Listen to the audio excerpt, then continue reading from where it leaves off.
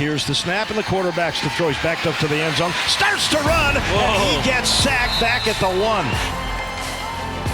Long count by Brady. Runs to his left, shovel pass. It is to Taylor. He's got room. 40, 35. Forced out of bounds at the 30-yard line. Under center, Brady. Toss sweep, left side, Patrick Taylor. Running left side. He's going to get in. Touchdown, Tigers. Here's the snap, and here is pressure, and McLeod's going to get sacked.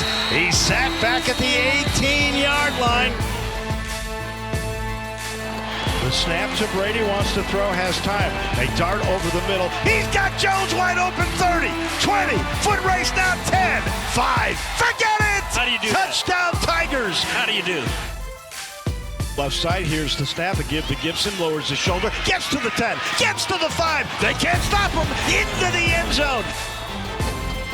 And off Patrick Taylor, he's got room to the 5, he's going to streak toward the end zone, he gets in!